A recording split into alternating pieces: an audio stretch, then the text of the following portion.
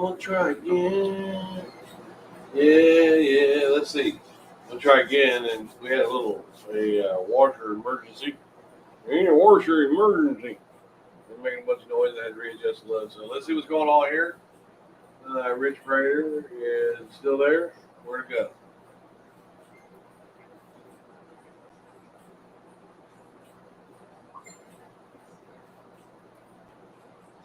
What's going on here?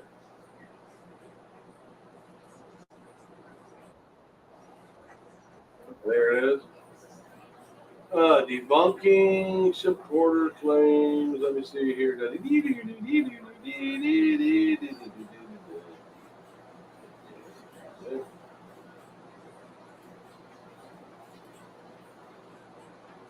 Oh,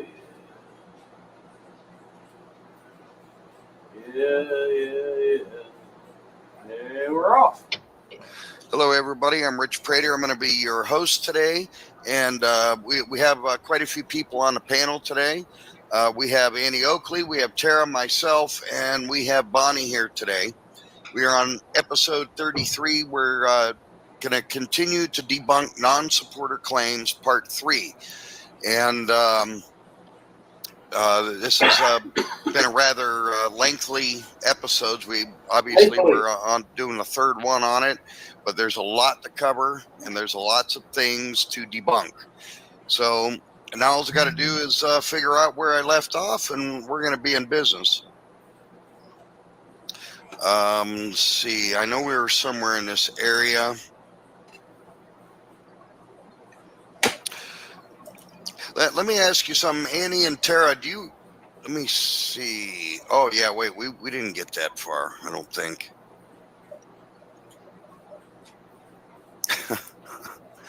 Okay.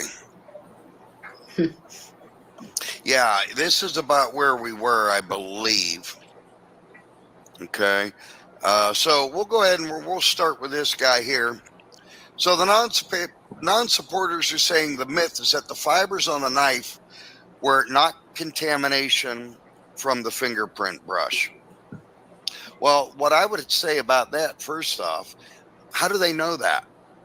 Because number one, the fiber that they claimed that they had was not analyzed. Okay, I might learn something today. When analyzation of that fiber could have been done thoroughly in 1996, those types of tests were available. So how can they say that for a fact that it was not contamination from the fingerprint brush?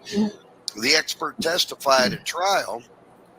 I would say that I do know that without going into Charles Lynch's testimony, I do know that his end result was that he suggested more testing. I do give him that. I also know that the fingerprint brushes don't contain the rubber seal that was around that screen.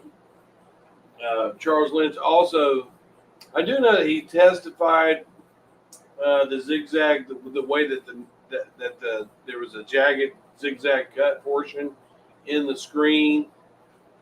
I do know that he said that it indicated a pull out from a serrated knife. He said there would have to be tension on it, a pull out from a serrated knife. And that's what makes me always think that those 3 small cuts that Darlie has on her hand right here is from pulling that knife back. But, and see, this will help me too, because I want to see what he's got to say here. That more testing was needed to confirm it.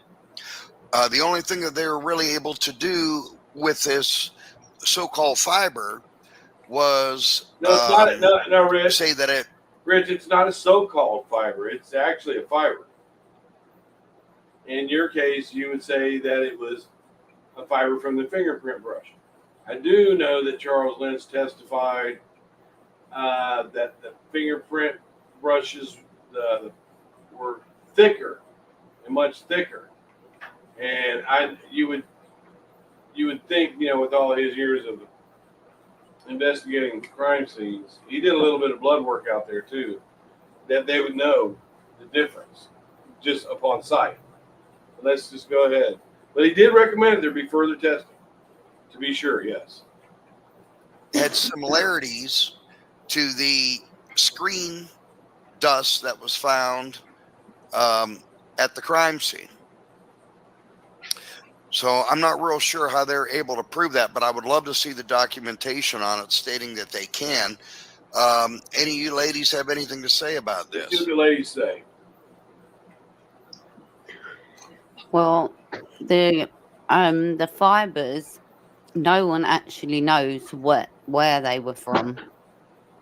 Okay, I'm gonna leave that stop right there. Give me just one moment. She said, "No one. Let's just take a look, 'cause I could learn something here. It's been a long time since I read through Charles Lynch's testimony, and I do know some of it offhand, but I don't want to just go shooting things here if I'm not sure. I do know Rich is correct when he said that Lynch recommended more testing be done.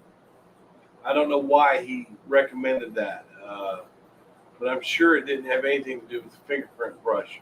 So let's take a look. I'll stop sharing here, and then we'll take a look at, let me present right here, present right there, share screen, and let me see if I can find it. Tap. There's a little bit right there. I don't know if you guys see that. If there's anybody even watching. Yeah. Okay, cool. Let me put myself right here. Nope, that's too small. Right there. No, this is my fat love. Nope, right there is too small. Yep, right there, that's good. All right, there we go. Now let's take a look at what Charles Lynch actually says, and we'll go through it together. You know, it's been a very long time since I read his stuff, so let me see what we got going on here.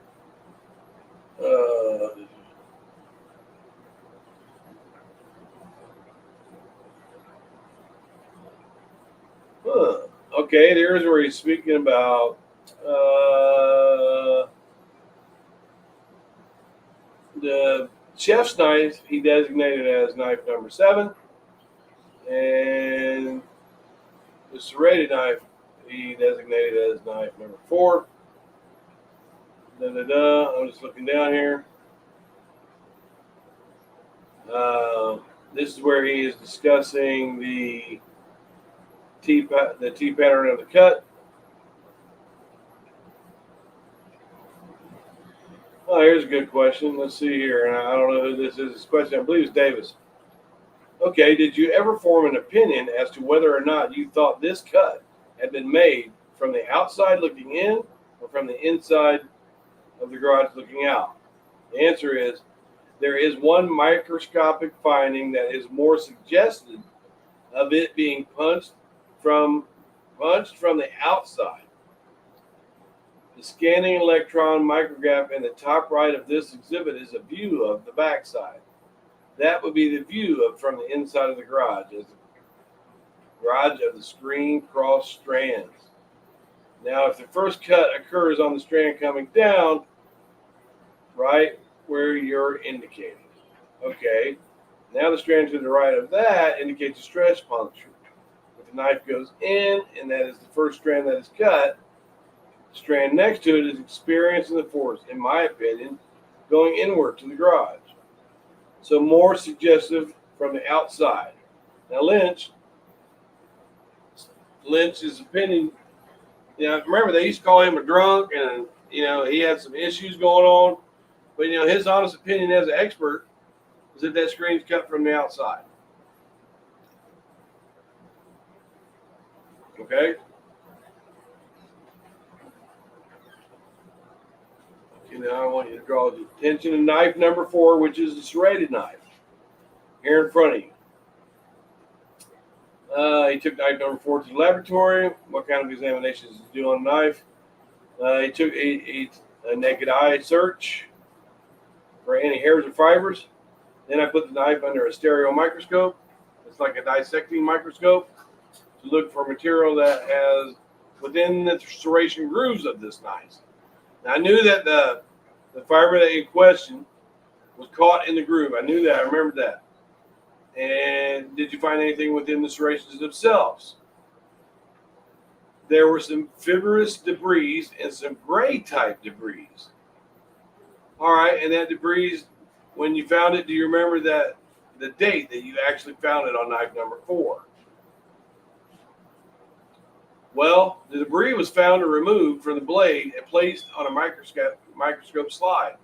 Now, my appreciation of what was actually on the microscope slide occurred slowly. Okay, and did you then take a microscopic slides of what you had found on the knife blade? You mean, did I take photographs of what I found? Yes, sir. Yes, sir, I did. You're picking up exhibit number 116. It's a picture of the butcher block.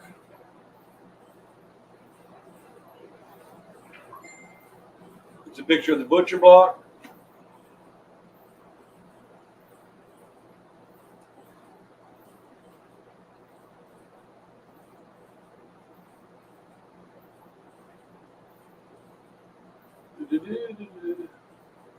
Okay, I'm just looking down. I'm going to read it all. We're going to get right to it. He's talking about 5 photographs of that picture.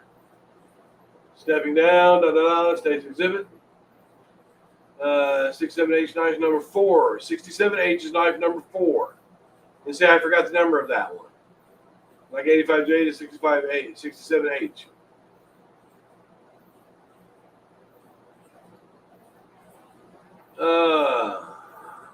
Please see. Okay, that is a piece of glass debris that is with, again, what I term the dust particle material, rubber dust particle material.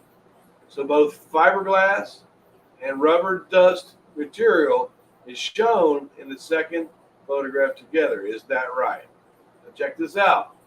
Well, I don't know if it's a fiberglass, but it's more of a glass dust than a glass with any morphology or shape. The third photograph, the highlighted here, shown in brown, what do we see? That is what appeared to be a rubber dust material with a fragment of glass.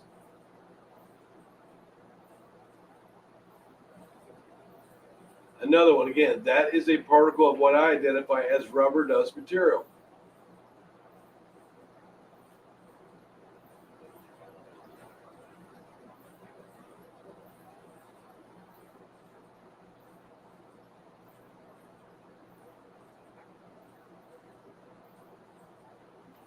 And he's talking about how they chemically. So this board shows what you found on this knife blade under the microscope. Is that correct? Yes, sir. Now you had mentioned that you had taken certain knives out of the butcher block and actually done a test with the test screen. Is that right? That's right. Okay. And was that test screen identical to the screen that Red produced for you with the T-shape cut already in it? It appeared to be. Okay. And when you cut the screen in your tester, did you ever look under a microscope to see if anything had been deposited on your test knife? Yes, I did. Yes, sir, I did. They tried to reproduce it with another screen. Well, the debris obtained in the test cut knife the blade was the same as the type of debris that I found on that knife.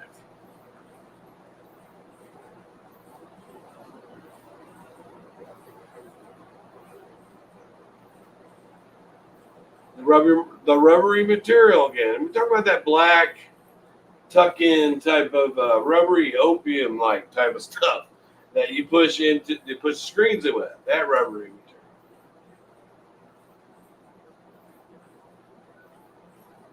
A lot of this is very boring.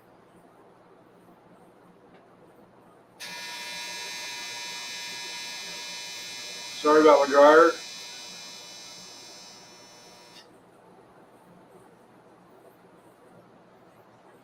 Okay, the jury went out.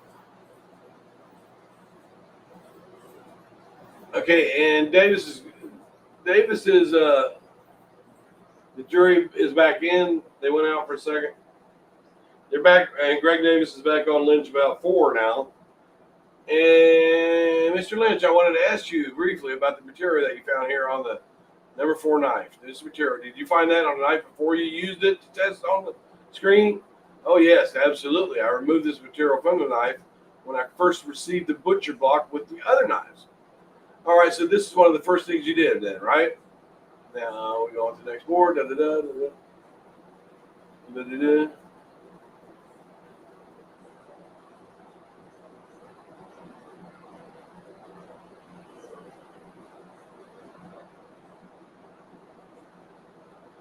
Okay, he says, now before we go on to the next board of the comparison of the knife debris and the window screen debris, I don't think I ever asked you to give a more complete rundown of your schooling and training that you have received. But at this time, would you mind doing that for us, please? Okay, here is Lynch's background, which has been a while since I've looked at, so this will be interesting for me. He was a photographer, a combat photographer in the Marine Corps, 1971-74. He graduated from the University of Houston with a Bachelor of Science in Natural Sciences. He attended the FBI Hair Fiber School, the FBI Forensic Serology School, and the FBI DNA Analysis School. He also attended the DNA PCR School in Foster City, California. That's cool. So it's all federal FBI, top of the line. Okay, I want to get on to this a little bit more. I just want to get to the point about the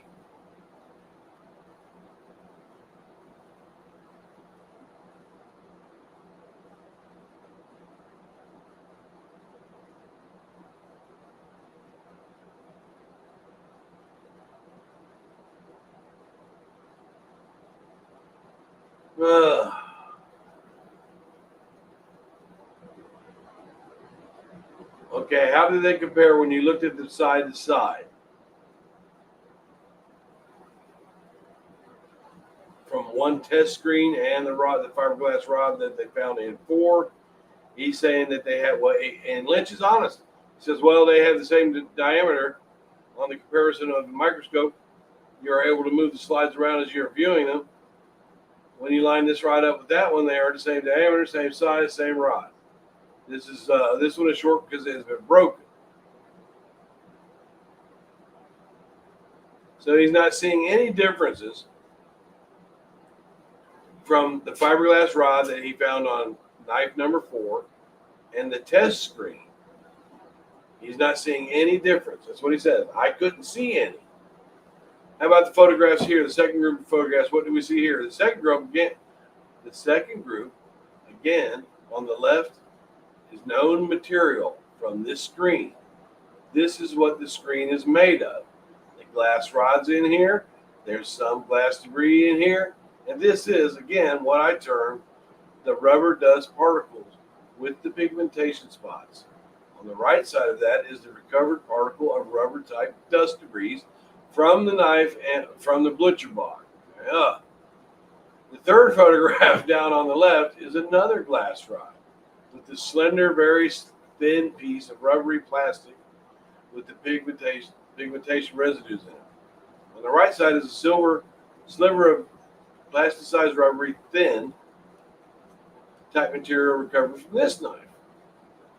The fourth down is left material. The screen. Okay, the fourth photograph down on the left again is known material from this screen compared to material recovered from this knife. It's a very small combination of rubber and dust debris with some glass debris. Not a glass rod, but a glass debris.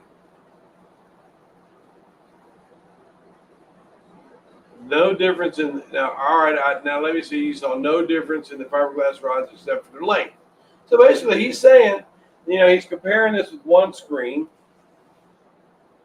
and the rods match up with the fiber he found in the serrated knife.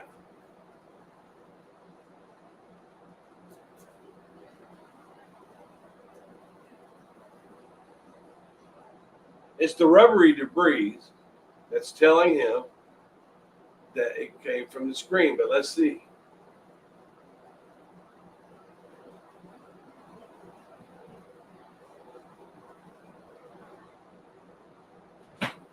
Well, the most recent Lynch says, well, the most reasonable conclusion is that those things were together and then damaged by some kind of activity. At least that is, you obtain that when you cut this screen in the test cut when you find it on the bread knife.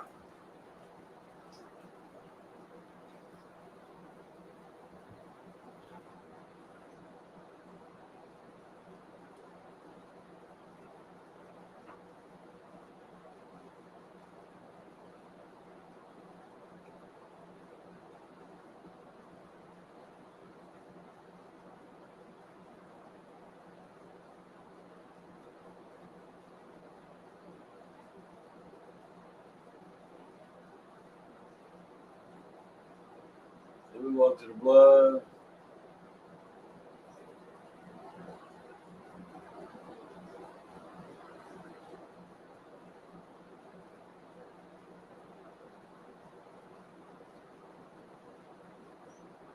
Wow, he kind of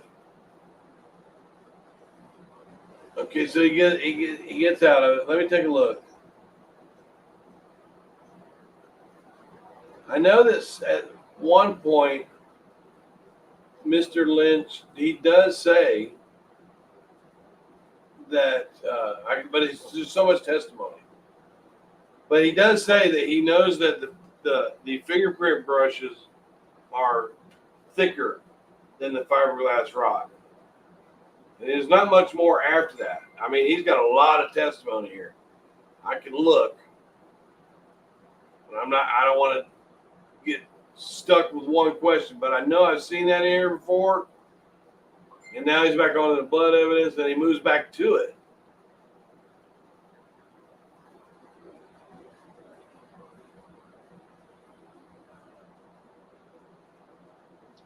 Yeah, can they skip around out of it right here?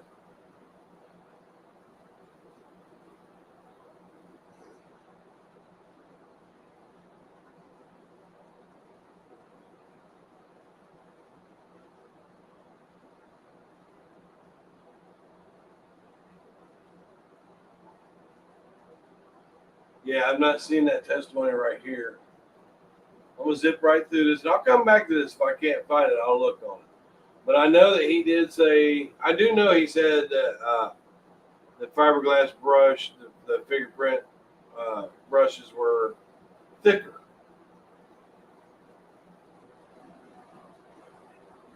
I'm just looking real quick. That's something I'm going to go back to. Let me see what they have to say.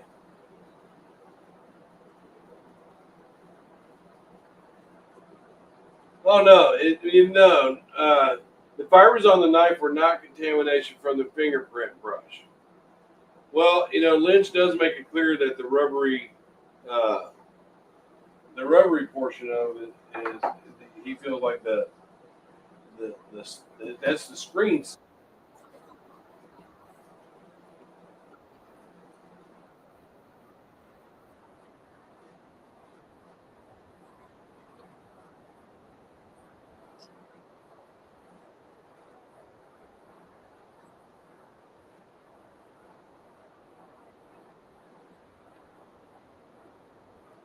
I don't think they said at trial that it could have been from a number of things, but I'm not going to swear to that.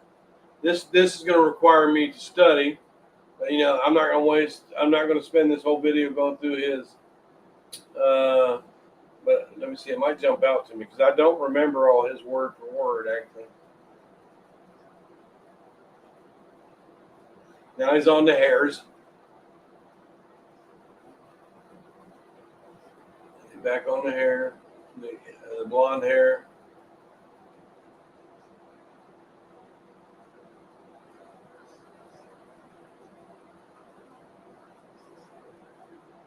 I'm looking.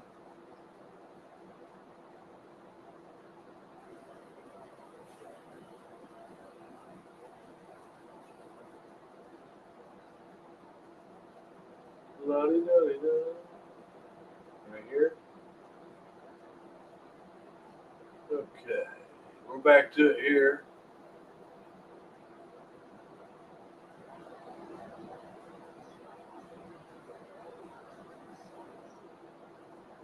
The Poly knife is examined also in the same manner. 368 knives, sharp points, 67C, 67H. He's moving on down to the fiber. Doesn't it seem logical to you that if you're going to go cut a screen that you would have chosen one of those sharp pointed knives? Hey, his answer was, I wouldn't cut the screen. I would just pull it out of the window.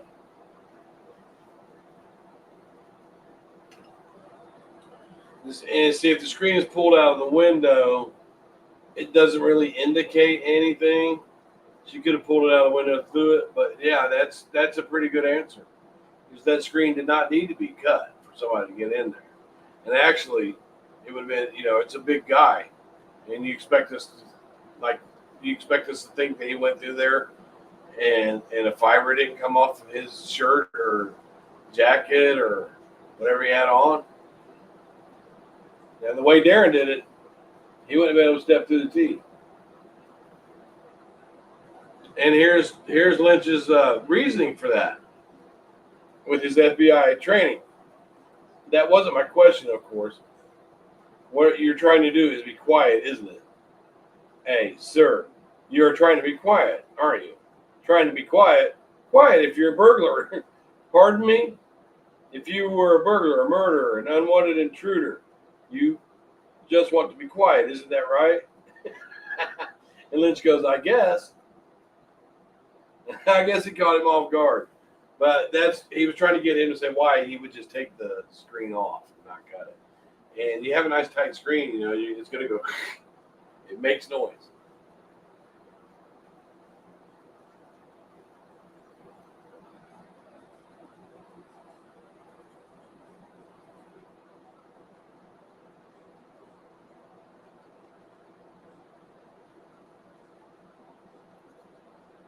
The deer hair was on the sock. Now, when you testify that, you cannot tell anything about where this fiberglass rod was. Now, when you testified about that,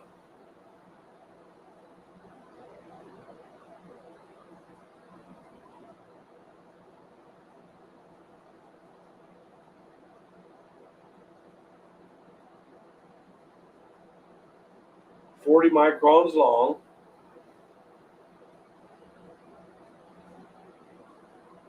10 by 40.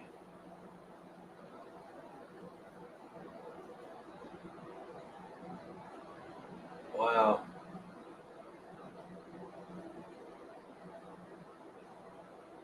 There isn't a test run on the dust. Now, could you identify by rubber dust? Is that a polymer? Yes, sir. I've got some notes here that I need to look at. It's escaping me. Most he speaks in. Your Honor, it looks like to me I've left some of my notes back in my office that go into another area. Blah, blah, blah. Okay, so most needed to be excused. And the jury came back. Cover someone now they go on to the vacuum cleaner. You know what? I'm not going to spend this whole video looking this up. But I want to listen.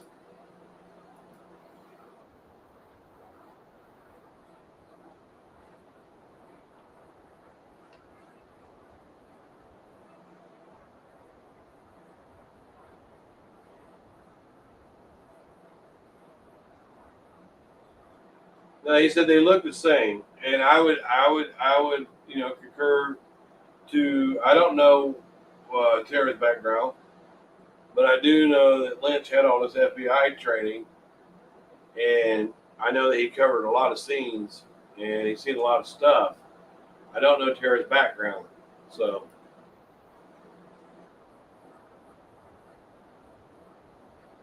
I think that was honest, though. I think that Lynch gave honest testimony, especially about the knife being, the cut being from the outside.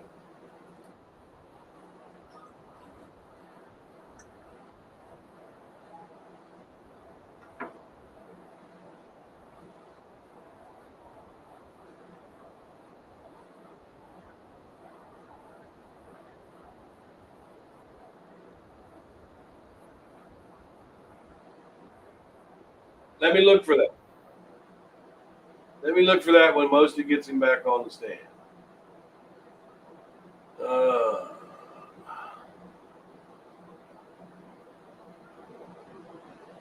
Yeah, these aren't around anymore. So let's go here.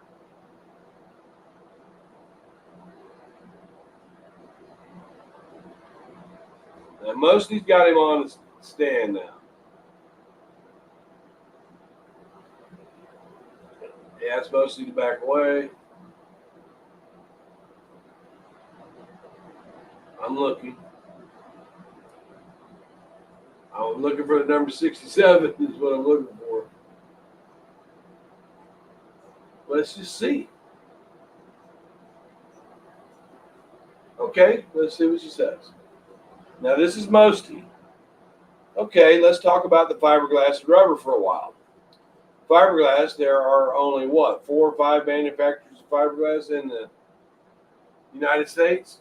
And Lynch says, I think there are 2 companies that actually make fiberglass. They sell to 4 other places incorporated into that window screen material that is sold in bulk rolls to any number of outlets who make the screens. Okay, but I'm talking about in a broader perspective, fiberglass for all sorts of things that goes in drapes and all that kind of stuff. There are only a few manufacturers of fiberglass in the United States, aren't there? It says right. And they manufacture all sorts, from minute things that we have seen so much larger applications. Okay, small to large. Okay, that's correct. And then they send some of that distributor, they put their brand on it. They make the raw product fiberglass, the varying diameters with varying adhesives on it. And then they sell that raw product to people who make those boats, drapes, or whatever it is. Right. Okay, and some of the things that are fiberglass, for instance, you have fiberglass cutting boards in your kitchen. Often, don't you? I don't know if I've seen a cutting board made of fiberglass. I've got one. Wrapping materials oftentimes have fiberglass in them. What kind of wrapping materials? Lynch is like, I don't know. He said he didn't know if he's seen a cutting board. What kind of wrapping material? All sorts of things that you do at the post office that you know. That tape, the tape? Yes, that's what I mean by the wrapping material. Yes, tapes and packaging tapes. Right. We've already covered drapes. We have fiberglass threads, don't we? Threads? Right. For what kind of thread? Threads to sew, tie things in. I'm not an authority on that. I just don't think they'd hold very good. So Lynch is not agreeing to this. He's just not. All right, well, it's in yarns and fabrics and insulators. And then Lynch goes, insulators? Insulators. As an insulating material. Lynch says, sure. That they make fiberglass, the insulation that's inside of your house. That's kind of like fiberglass. Also, cars, a Corvette, made of fiberglass. Let's see, sure. And that is a common household type of usage, isn't it?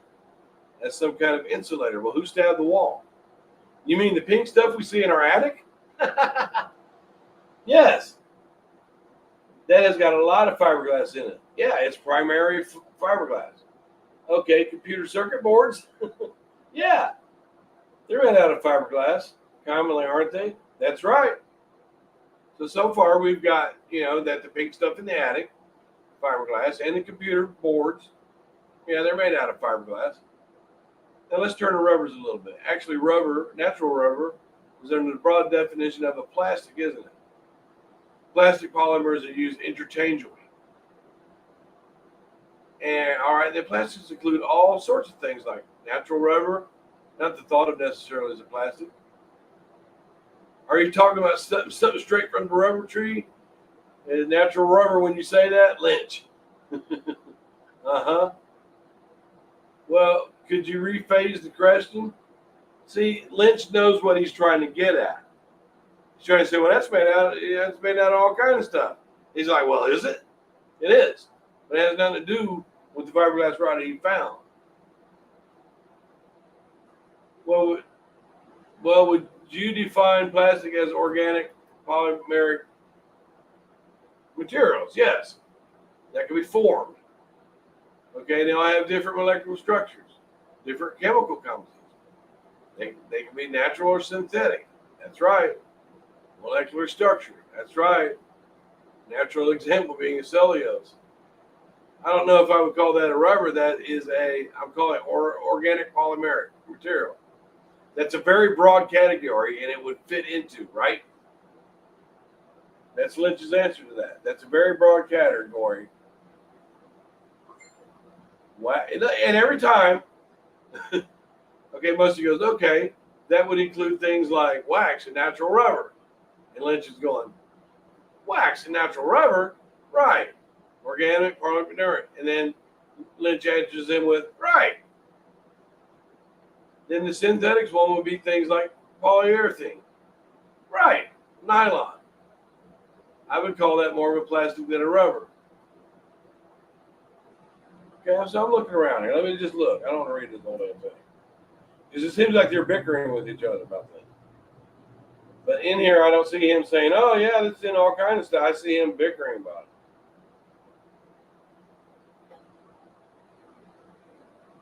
it. Look and see if you see anything as it pops up. Yeah, like right here, mostly says, and makes it to where you can shape it like a boat or a pipe or whatever. It's a good, solid, strong material. Right, right.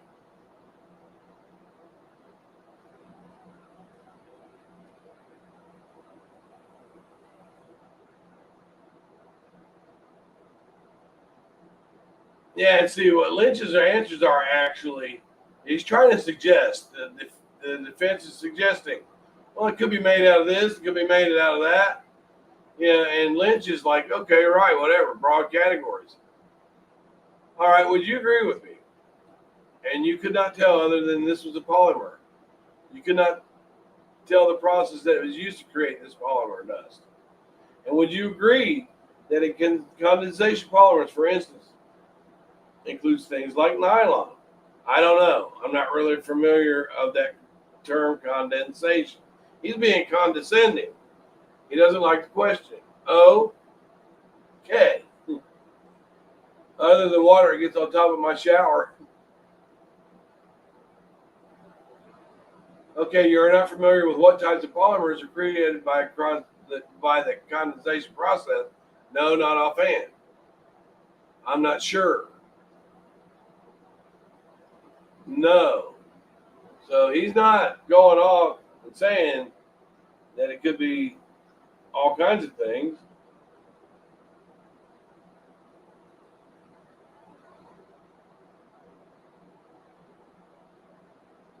Yeah, he's just keeping it simple.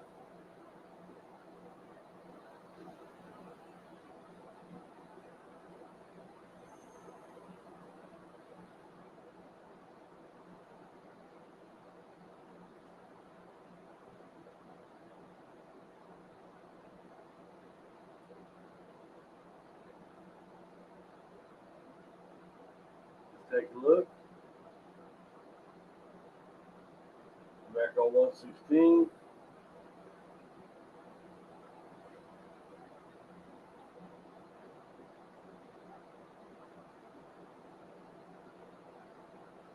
You try to determine left or right-handed.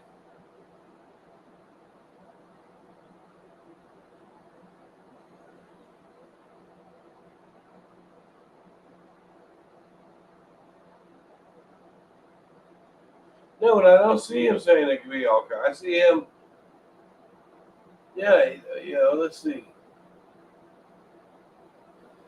I'm just skimming through it. He's got so much testimony here. I didn't expect it to be a Lynch thing. Let's see.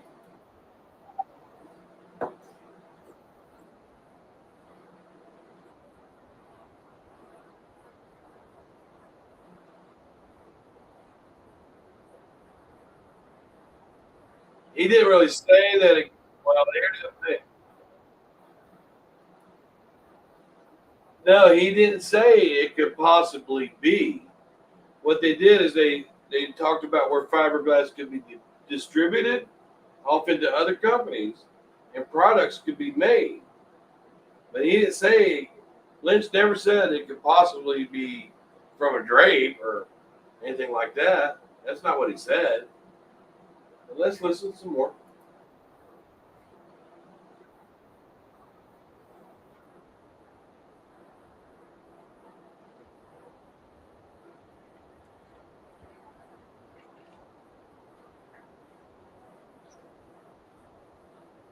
So Tara is basically saying that you really want to make the most rational decision when you're getting ready to kill your kids. You want to be sure to get the, you want to make the most rational decision.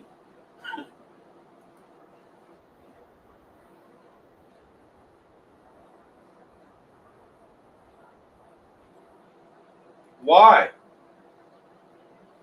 It's actually easier. And Lynch did testify that I know he testified to this for sure.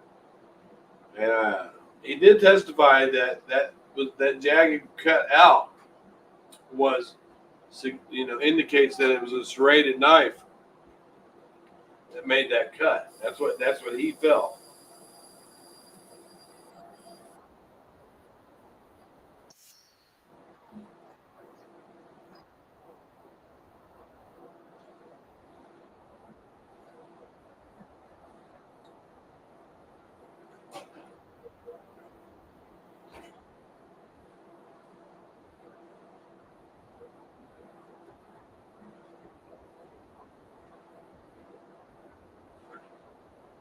There's no doubt that fiberglass is used for many different types of products. What you can't explain away is though, how did the serrated knife in a part of a drape meet itself? All right, let's see.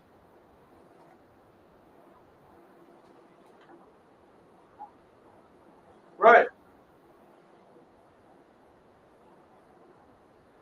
So how do they get on that knife though?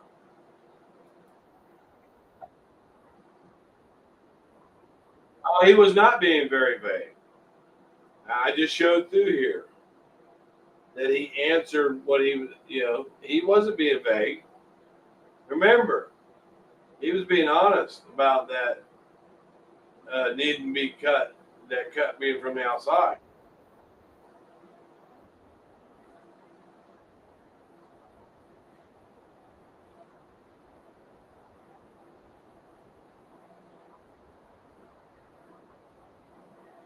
Do you expect Lynch to say that? Do you expect him to be? No, he answered.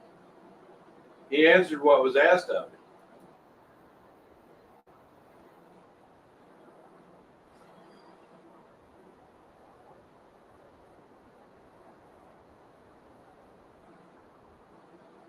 Well, if something's floating, but you got to remember this piece of fiberglass was caught in the groove.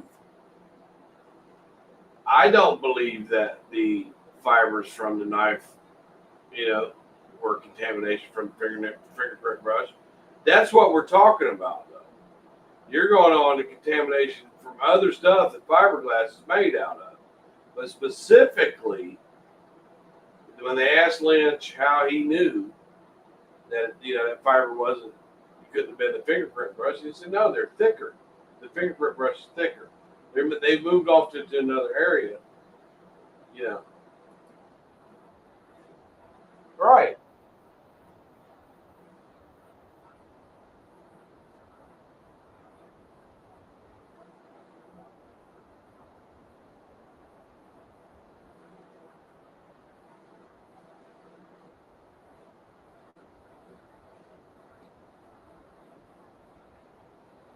But you're supposed to be talking about the finger, what's the difference between these two?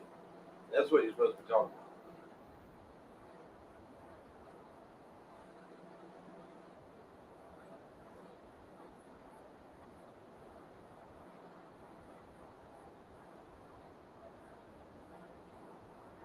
Well, see, that's the thing. Well, no, that's the thing. What do you mean it's nonsense? He said it was consistent. He never, let's just look at it again.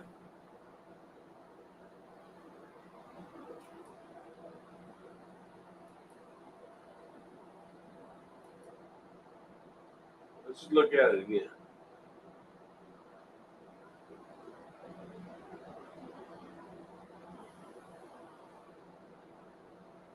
Okay, look.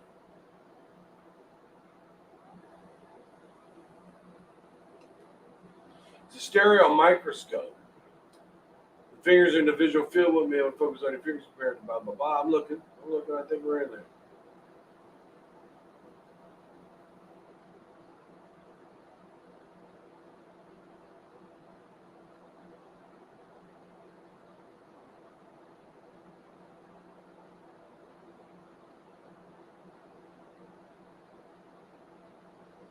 Okay, so Mr. Davis has him back now. Okay, Mr. Lynch, just a few questions here. Let's talk about the rubber dust material. Before you saw this material on the blade of number 4 knife that came out of the butcher block, sir, have you ever, in all your experience, seen this type of rubber dust material before? No, not specifically that type of material with that density or pigmentation particles. I don't recall it. So it was a very different kind of material to him. Okay, you said it was synthetic. Is that right? Yes, sir. How about the polymer you found on the screen? Synthetic? Yes, sir. You indicated using some sort of polarized light that you were able to exclude certain types of polymers. Is that right? Yes, sir. What were you able to exclude? Acrylics, nylons, polyesters, and rayons. Okay, the pigment that you found in the rubber dust material, was that consistent with the color of the screen? It would be consistent with that color. You have to keep in mind, though, that these are thin secretions of material of color. The thinner the secretion, the so-called color that you observe would be different. So he gave an answer. He gave an honest answer. All right, let's talk about the fiberglass. Mr. Mosty asked you about other sources of fiberglass. Did you look through that house to determine if there are other possible sources inside that house that might be the sources of the fiberglass? Yes, sir. Okay, what did you look at in the house? What did you look at in the house? Yes, sir. I just looked through the house, and the only fiberglass I found was some burned fiberglass material in the upstairs fireplace. That was a different type of fiberglass. That was more consistent with insulation origins. He had mentioned insulation. Is that a different type of fiberglass that you saw there on that knife blade? Yes, sir. All right. Other possible types. Did you consider other possible types? Tape, other things also? Yes, sir. Did you look at those? Did you compare them against the fiberglass that you found on the knife blade? Yes, I did. What was the result? Were they consistent or inconsistent with what you found on the knife blade? The combination of rubber and the glass, I didn't find any combination together in another fiberglass source. Let me read that again. The combination of rubber and the glass, I didn't find any combination together in another fiberglass source. The fiberglass fiber alone, that there was maybe one other source that had the same diameter and appearance type rod. Dave says, all right, but if I understand, it was not in combination with this rubbery, dusty material, the seal around the screen. No, it's a very different type of material. Mr. Mosty asked you about computer boards. Have you had the opportunity to look at boards and determine if they are made of fiberglass or not? Yes, I have. Have you looked at the fiberglass that makes up a computer board and compared it against what you found on the number 4 knife blade? Yes, I have. When you look at the computer board, do you see the same type of rubber dust material connected with that computer board that you found connected with fiberglass on the knife blade of number 4? In the one I looked at, it was different. The computer boards are not made of rubber. All right, so the answer is no. It was not there. That's right. Let me ask you about another source of fiberglass. Fingerprint brushes. Are they also made of fiberglass? Yes, they are. Some of the most common fingerprint brushes used by police are made of fiberglass. Okay, over this weekend, did you meet with Officer Charles Hamilton of the Rowlett Police Department? No, sir. Okay, did you obtain a fingerprint brush from Rowlett? Answer. Officer Hamilton left his fingerprint brush at my laboratory over Saturday. All right, did you compare the fiberglass that made up his fingerprint brush with the fiberglass that you found on the knife blade and the screen also? Yes, I did. All right, what were your findings when you looked at his fingerprint brush and the fiberglass that it made up? After all that reading, I got to this. The answer is the fiberglass rods that make up these fingerprint brushes are almost twice as thick as the fiberglass in the screen. So they are very, very different. The fingerprint brush rods are much larger. Let me ask you, when you looked at the butcher block and the 8 knives still in the block, correct? When you looked at it, did you ever find any black fingerprint powder inside the butcher block? Not inside. The only fingerprint powder I observed was on the knives on either side of the open slot. But the answer is right there. That's the answer. It's not debris. And then he's going, is there any fingerprint powder on that? No, sir. Let's talk about the fiberglass on the other knives on the outside of it. Besides number 4, where you found it, blah, blah, blah. Did you find any other material, rubbery material? Yes. Didn't find any fiberglass on any of the other knives in the block. So if you had things floating around in the air, you know, Kathy Ramsey, and that could possibly contaminate this, then why didn't they get on any of the other knives? You know, the expert testified that it was consistent with the jagged cut from a serrated knife pulling out, you know. So how come the fiberglass that you're talking about is everywhere in the house didn't land on anything else?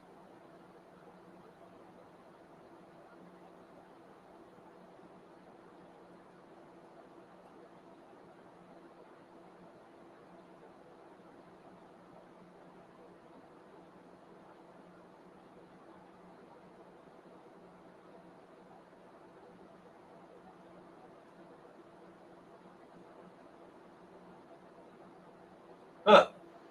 Well, we'll go back and see Rich now. But that's the answer out of the testimony for that. Let me go back and stop sharing that. Now I'm going to start sharing this. Charles Lynch's testimony is very, very boring, like he said.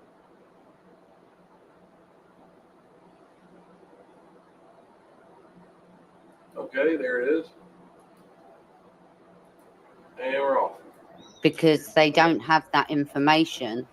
And it's just this whole smokes and mirrors that the prosecution did with all the evidence. It's like they made it look one way then when it could have been a different way. Do you see what I mean? Oh, yes, they contradict themselves. Several of their witnesses contradict themselves and testify to one thing to the prosecution and then totally change their testimony to the defense. But you did not answer this question. So you're talking about everything but this.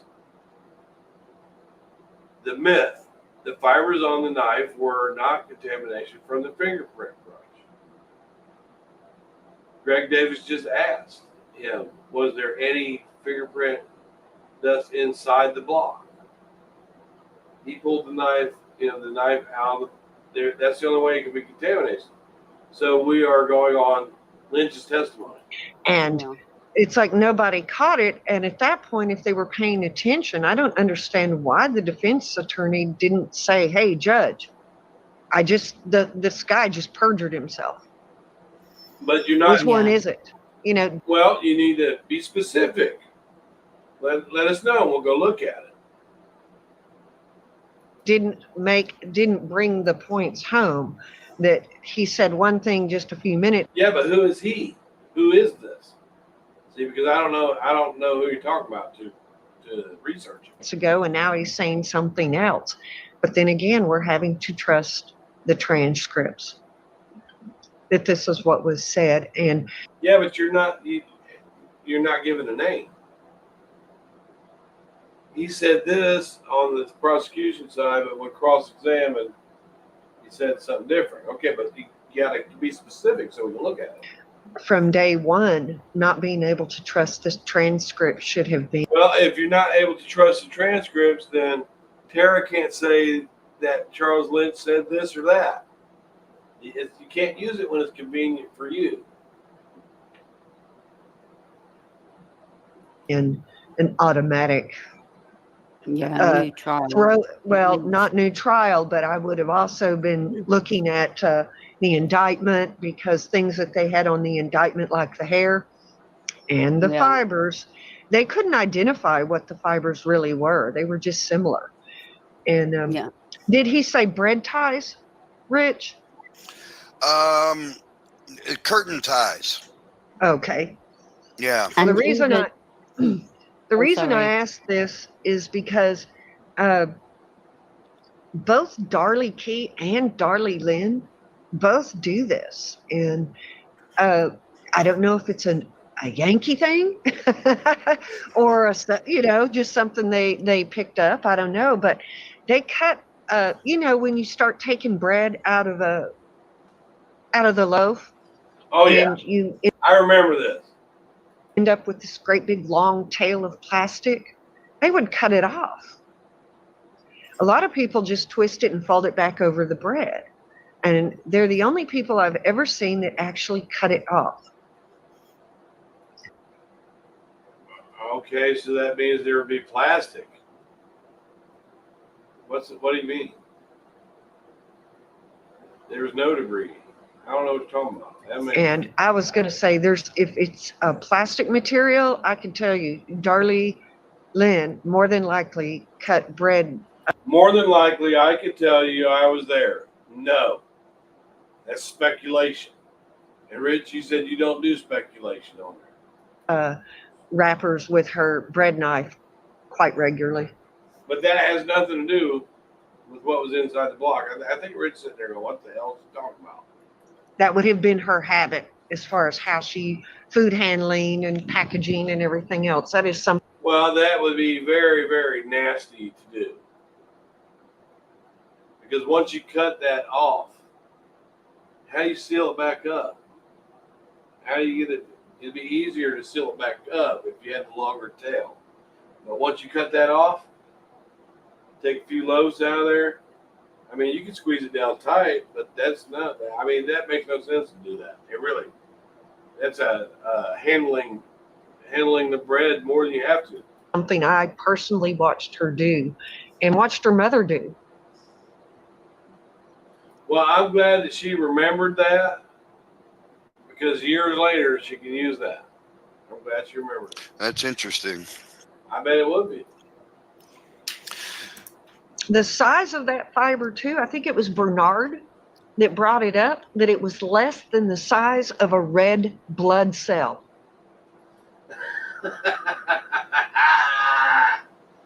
Well, they were able to Lynch was able to put that fiber on a microscopic slide next to the fiber from another screen.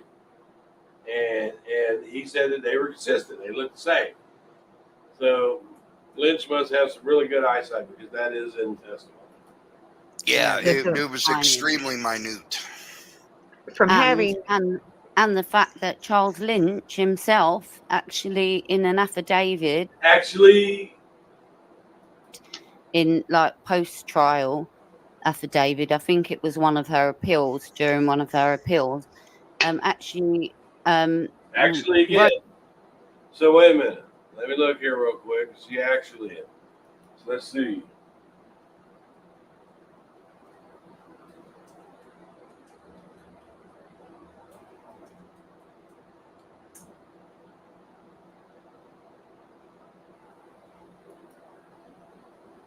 Okay, first let me get it on this. Okay, let's see what she says. She did say actually twice, so let's see what she says. Wrote in an affidavit how there wasn't enough to test in the first place. Okay, let's take a look. I think she's right, actually. I'm going to stop sharing there. And start sharing. Sharing the night together. Whoa. Yeah. Okay. Okay, wait a minute. Let's see what's going on. Hang on. Let me see. Hold on. I see the. You can't hear the live I'm reacting to? Oh. Do you hear it when.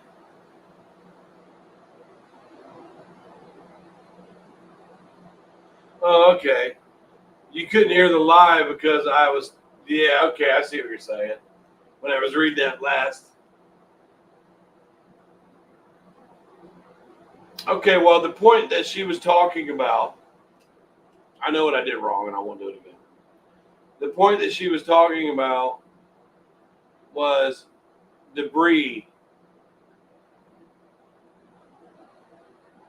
They're saying that the fiber, the let me go, but let me look right here, just real quick. I can be sure. I want to be sure because I don't say the wrong thing. The fibers on the knife were not contamination from the fingerprint brush. Okay? And no, because Lynch testified that there was no debris there. So now what I'm going to do is look at this affidavit.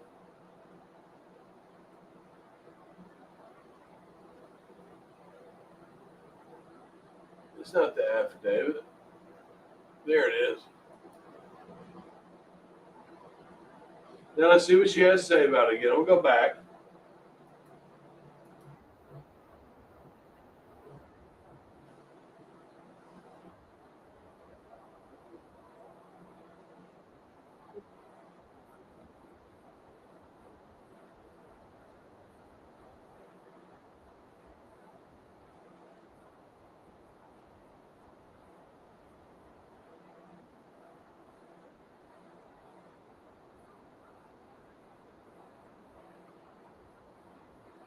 Okay, so I'm going to stop this.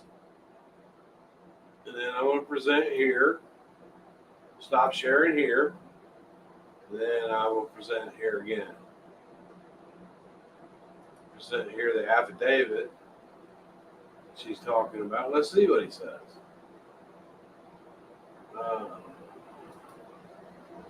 Let's see what he says.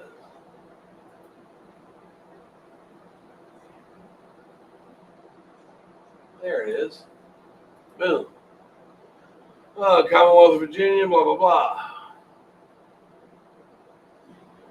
I am currently employed with the Virginia Forensic Science Trace Evidence or blah, blah, blah, blah. Richmond, Virginia Forensic Science Senior, FS3. Got a hell of a. I was required to pass a hair fiber path and pass a mock trial prior to being allowed to do casework. Since spring of 2001, I've also worked part time. Okay, so he's got this is his great career. I mean, he's got the juice. Talk about where he goes to. He was working with Swift's.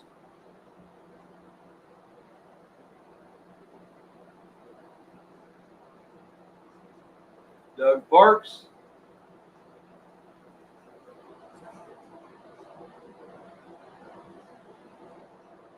He's talking about what he gave over. He's talking about what he gave to Labor and Epstein. He did all that. He gave all the work to them.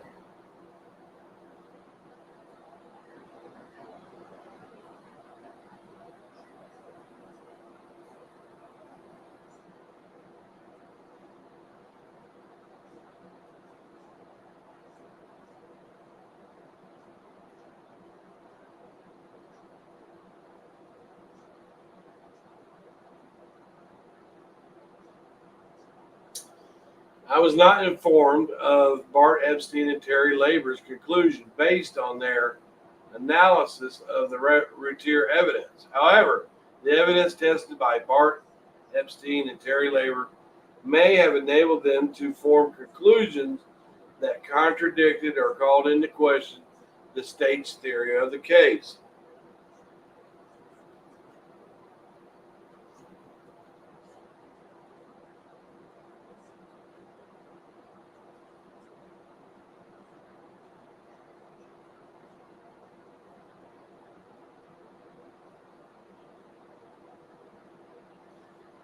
Okay, now his professional opinion, and she's absolutely right, and I gave him respect for this, even though the Darley supporters were trashing. He was honest. As a trace evidence analyst, it is my professional opinion that further forensic testing on this evidence would have been appropriate in order to adequately investigate the factual basis of the prosecution's theories. Specifically, it is my professional opinion that if Bart Epstein and Terry Labor were released from their retention as expert witnesses for Darley's defense, such as constituted a grave error on the part of Darley Routier's defense counsel. He's working them up. Let's read this again.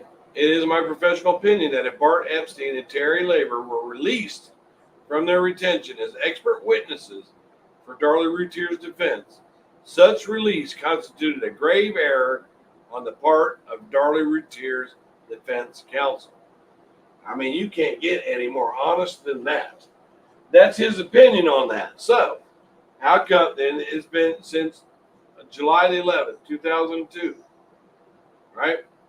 So how come all this money, how can they haven't raised them the money to do these tests? It seems like that would be important. That's really good. And I knew he said this, but I didn't know he said it in depth. So she's absolutely correct, right? But remember, shoddy police work. And here this man's throwing him a bone. So I can't debunk none of that.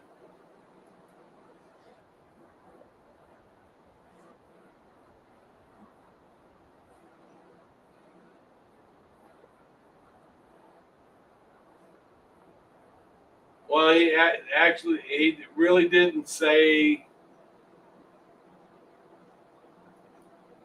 Okay, wait a minute. Let me stop sharing here. I know what I did last time to start sharing over here. I'm going to go back and we'll listen to Tara.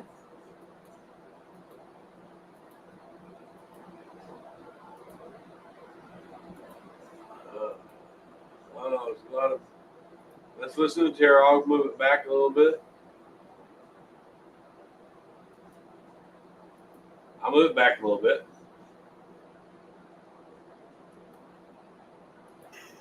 From having and the fact that Charles Lynch himself actually in an affidavit, in like post-trial affidavit, I think it was one of her appeals, during one of her appeals, actually wrote in an affidavit how there wasn't enough to test in the first place.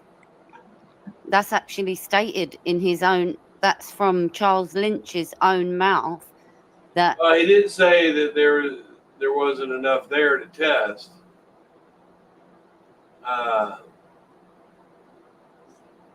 What he said was, as a trace evidence analyst, it is my professional opinion that further forensic testing on this evidence would have been appropriate in order to adequately investigate the factual basis of the prosecution's theories.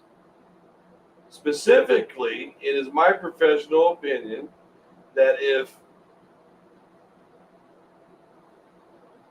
Bart Epstein and Terry Labor were released from their retention as expert witnesses for Darley Routier's defense, such release constituted a grave error on the part of Darley Routier's defense counsel.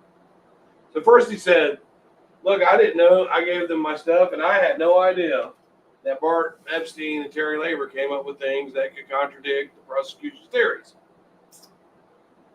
And that is the most honest. That is a very honest expert report. Now, what I would,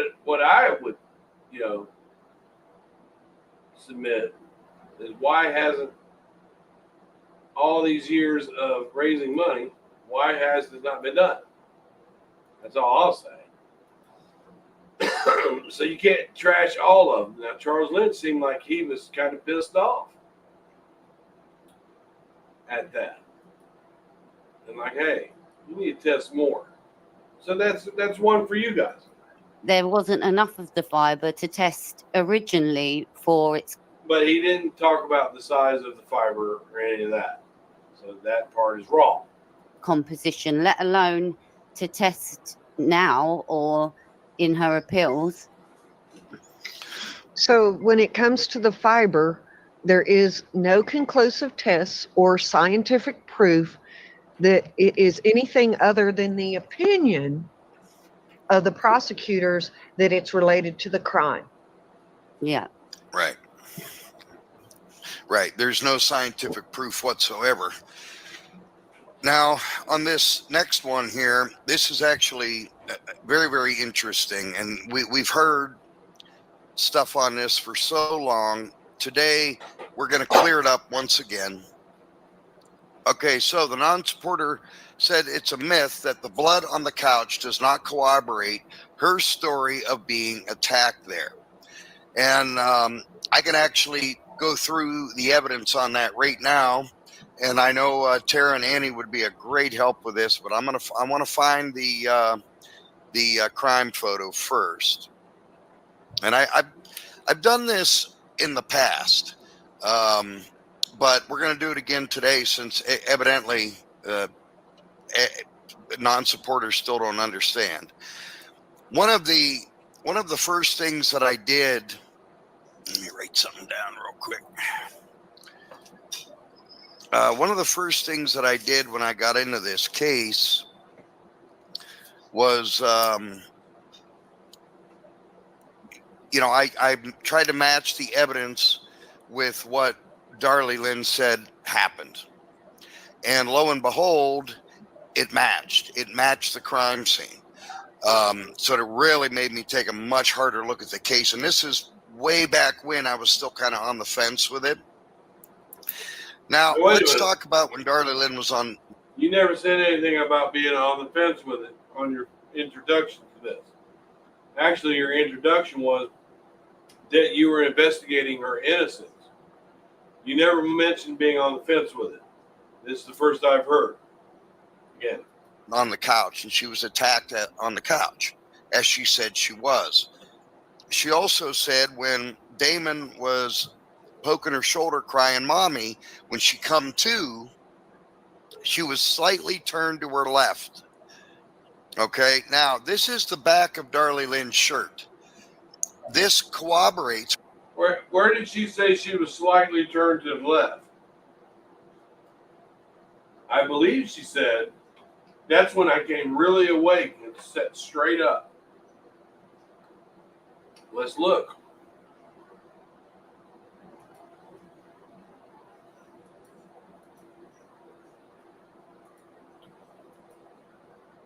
Let's look real quick.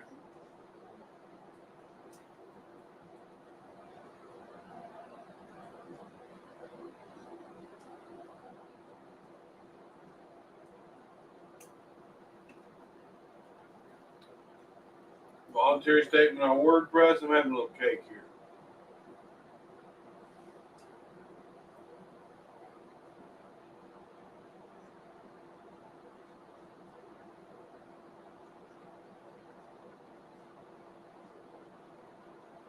I'm looking at Darlie's statement.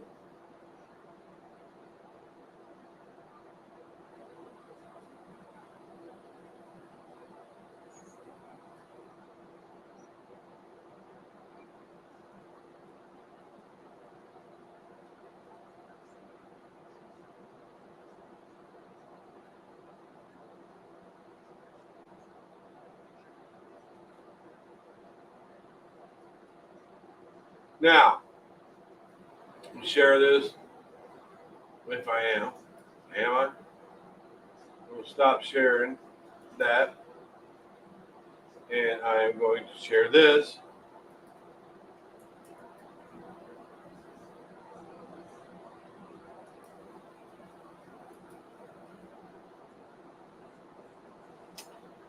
Her writing is, she writes pretty good. Now remember, Rich has already said that he felt like these statements were coached.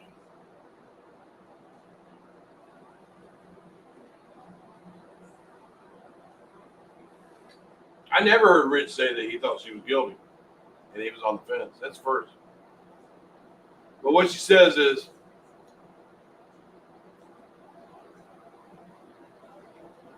I started to get sleepy. The next thing, I woke up and felt a pressure on me. I felt Damon press on my shoulder and heard him cry. She doesn't say anything about mommy. She goes into more detail. She said, this made me really come awake. And I realized there was a man standing down at my feet, away from him. I walked after him.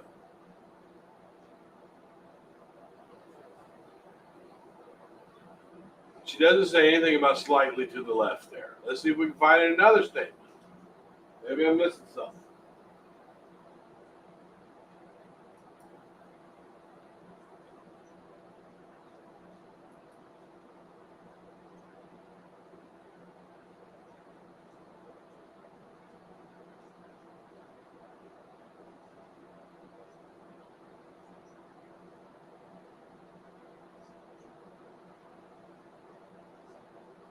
Okay.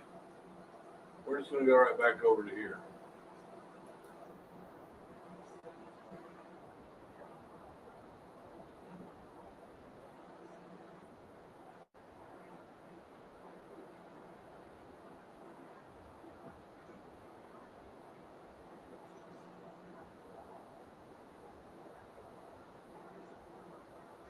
No, she did not say that.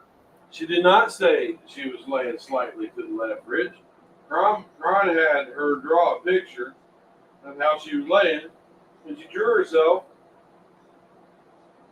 laying on her back. Rich, unless I'm missing something.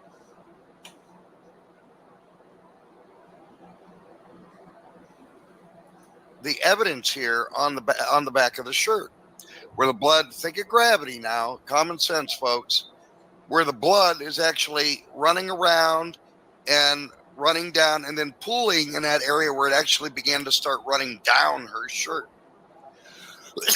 So that does match. I'm not sure what he's talking about here, but that's where her cut was. So I'm not sure what he means. What she said had happened. Okay, now if we look at the front of the shirt, you're going to see the same thing. It pulled on the other side of the shirt much more than it did on the other side where she was actually cut, which is more indication that she probably was lying down slightly to the left like she said she was. And again, we're talking about gravity and common sense here, folks. It would definitely explain why the blood ran around and pooled and began to run down her back. Now, if her head was on a pillow, let's back this up. If her head was on the pillow, she's going to be slightly elevated up in the air, which would explain why the blood began to pool and then the blood began running down, because she would be slightly elevated due to the fact that her head was on a pillow. And we can prove that her head was on a pillow because there is blood on that pillow indicating that. We're not sure about that blood. So it's something I wanted to go through. You can see, Rich, like where the collar's saturated with blood. Right. You can see how like concentrated it is in that area. Yeah, thank God she got that, took pressure to her neck, because it would have been a lot worse than that had she not held pressure to her own neck. And you can also see from the back of this shirt that how bad evidence collection was, because that shirt was in a bag that was still bloody. It still had blood in the bottom of the bag. And what they didn't do, which they should have done, especially in this case, that shirt should have been air dried and in a like safe place, but it should be air dried before it is rolled up. It was just like taken off her, shoved in a bag, because you can see all the imprints of the other, from the. I would agree slightly with her. The protocol, they should have dried it. I would give her that. But I don't have any evidence of this wet, bloody bag. It seems like the defense would have wanted to present that. But I do know, I don't feel like the evidence was handled 100% correctly. But the thing that I like about this particular shirt is that they were able to determine whose blood was what. You didn't have a lot of smearing. You had the Tom Bevel marked the TB on those little splatters that he found on her back. Most of the blood was Darling's on the shirt. So, I mean, it doesn't mean a whole lot to me. I mean, their blood evidence points, I don't know. But it doesn't mean a whole lot to me about that blood evidence right there. It doesn't prove her innocent. It doesn't prove her guilty to me on this shirt. You know, the splatter on the back, the differences between Tom Bevel and Epstein Labor. It seems to me like, you know, and I've said this before, and they don't like it. It seems to me like it doesn't need to go back that far. But it can also get on her like this, too. It just depends on how, if she's turning or what. There shouldn't be any blood splatter on her back. Spatter on her back. Collar that's gone on to other parts of the shirt, and then that's you know, it makes it difficult, especially for things like blood spatter analysis and things like that, to determine where blood came from. So the best practice wasn't, like, you know, done in this case. I would absolutely agree with her on that. I think that maybe, I do think that particular could have been handled better, but I don't think it proves or disproves the case. But I would agree with her on that. The you know, because you see a video of Cron bringing the Albertsons bag outside and setting it on the ground. He would have to set it somewhere, but you know, I just wouldn't have done that. I just not, especially with the cameras going. That should have been hung up to air dry before it went in any evidence. We don't know. We know that blood dries very quickly. We don't know if it was wet.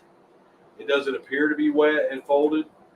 But she's right. You know, the best way to do it is to dry it out, so it stays where it's at. She's right.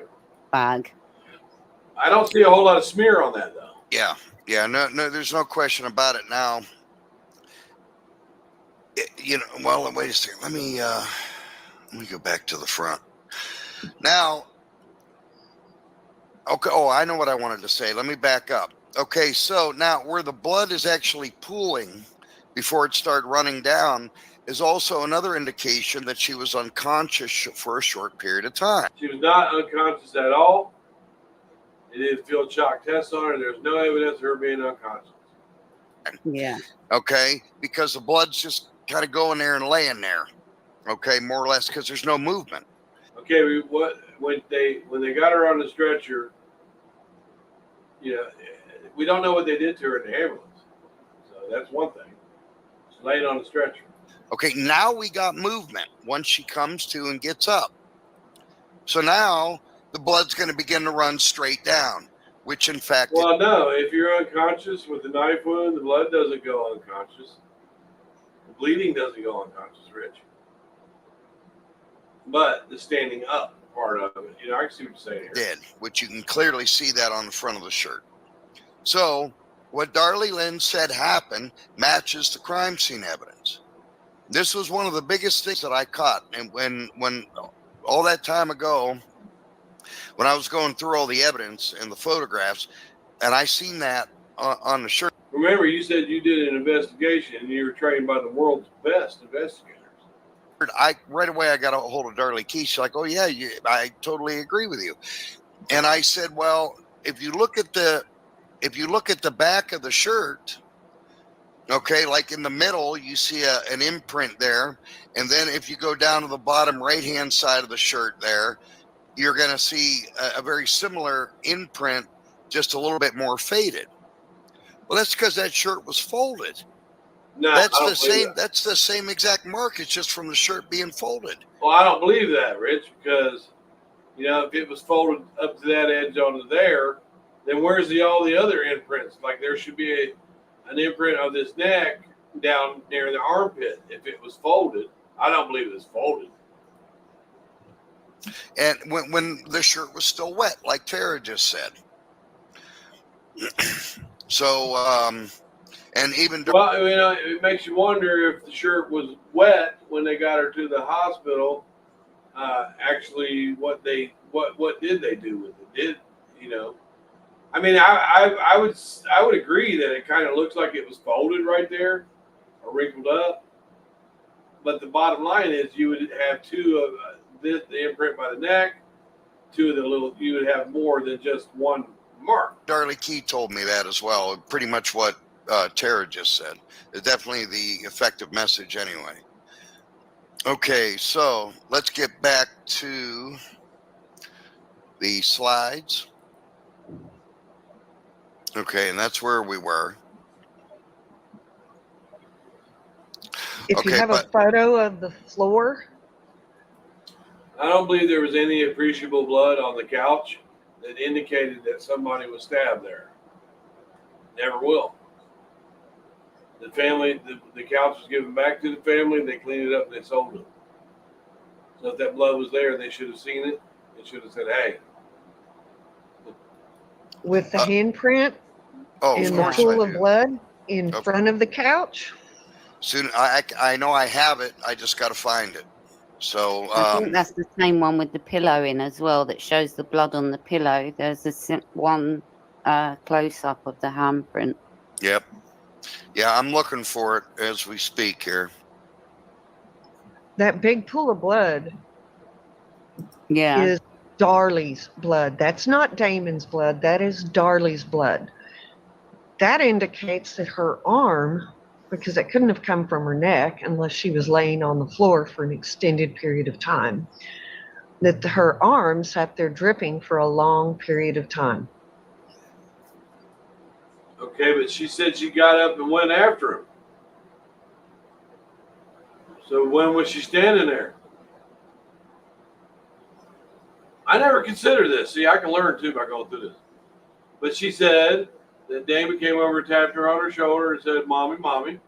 She said, "That's when I came really awake." She said, "I got up and went after him."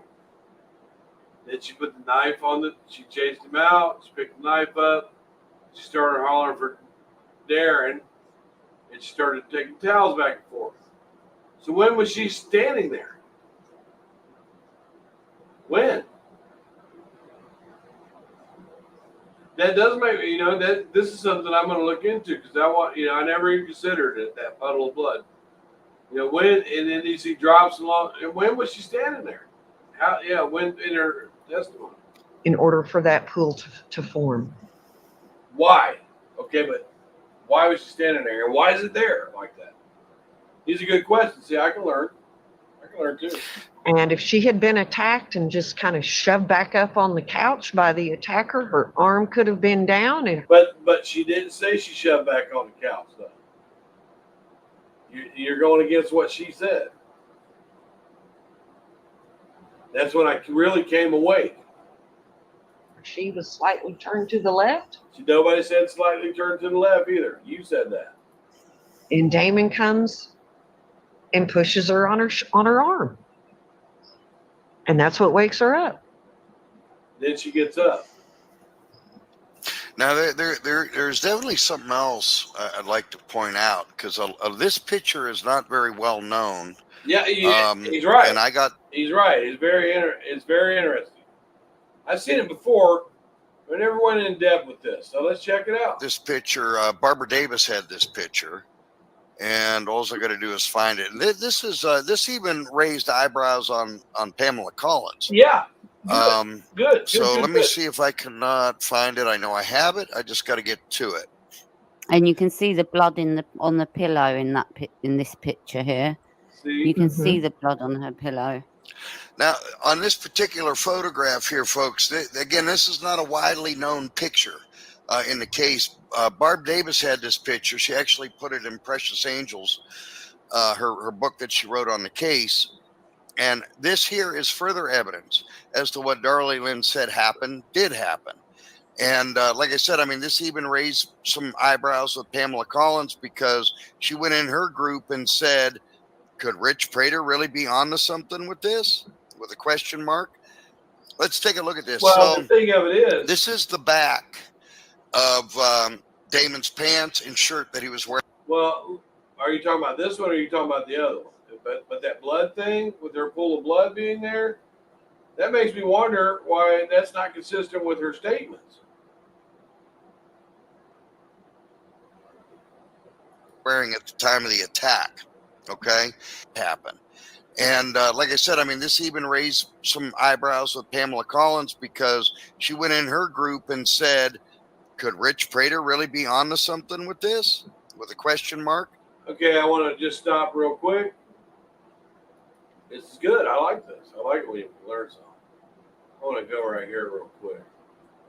Now, Barb Davis said that she wasn't able to see the pictures of Darling's bruising on her arm, right? We're impressed as angels. You see that? My fingers are in between. That's out the 52 series exhibits. It's at the Rowlett Police Department. She's got that one, but she doesn't have the other ones, right? But that's in there. And she did discuss those bruises in this book. Let me take a look at some of these other pictures real quick. See what Rich is talking about.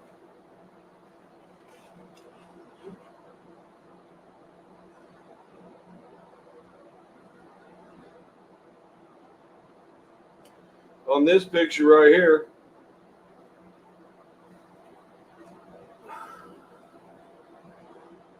I don't know why you can't see it, but it just shows the jewelry. It shows the jewelry in plain view. But Nanelle was telling everybody on her TikTok that there were 2 bottles of 2-liter bottles that were covering them. And we don't see any 2-liter bottles anywhere near that. I'm trying to get a little closer. We don't see any 2-liter bottles anywhere near there. Do we?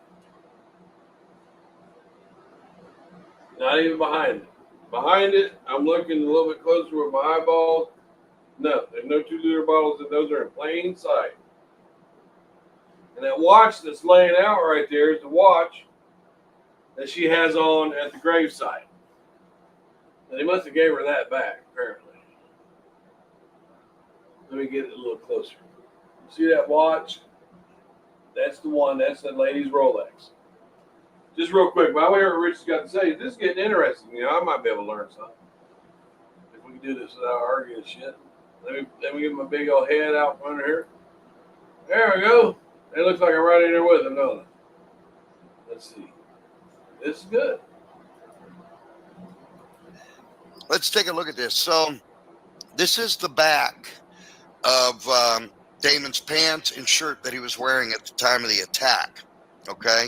If you look at the back of his pants, you can clearly see that the blood was running straight down, which is an indication that he was up, that he did stand up. Number one, we got the handprint showing that he got himself up with it.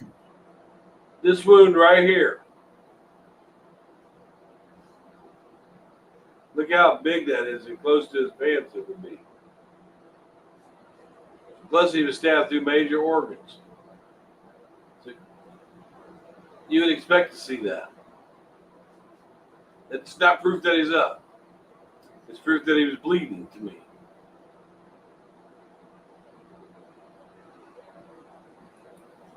And then if you look at the clothing, you can clearly see the blood was running down his backside. So, and which is exactly what Darlene said happened. Well, you know, that's possible. But it's also possible for him to just lay there as he was crawling and get that, in my opinion. So that's where we're at with that. Why do we have more holes on the back of his shirt than we have wounds? That's a very good point. Maybe cuttings they took in between them, but I can see where they cut out of what I would call the largest, deepest stab wound, which is this one down here on the bottom. But the 2 incised wounds, I can see where one of them would be, there's the other. But Well, let me ask you a question, Annie, if I could. Because we can see the back of the shirt. I could put the photograph up of the wounds of Damon, but they're gruesome. yeah, If I know it upset you because I know you knew the Well, let's boys, take a but look. is it?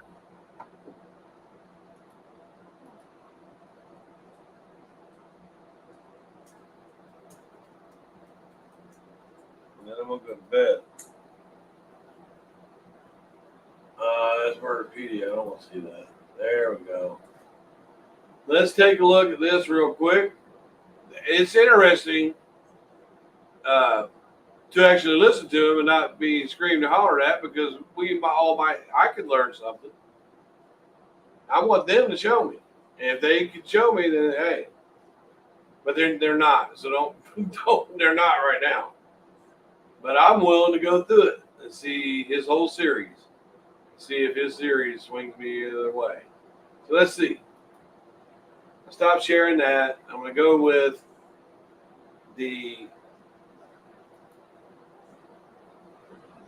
I'm going to go with this. I don't care. Oh, wait, I know they're talking about Damon. So I'm going to go with Damon.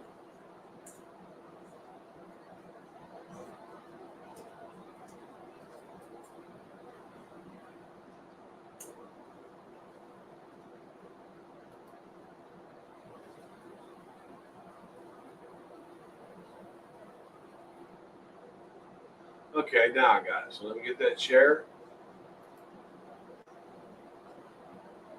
There we go. There's that share.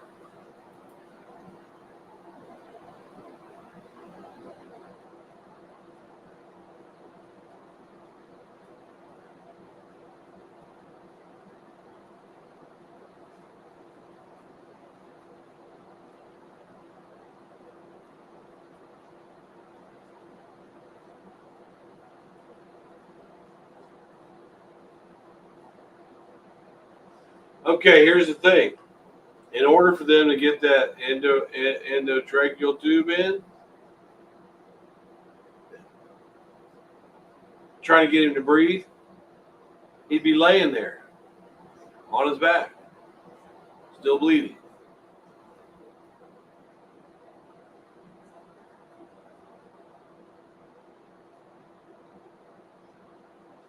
Two puncture marks on the left side of the neck.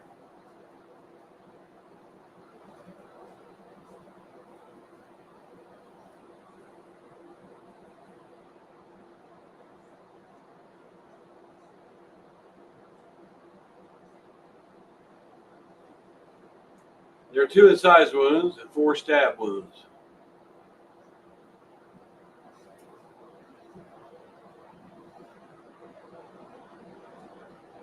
Left mid back. That's pretty.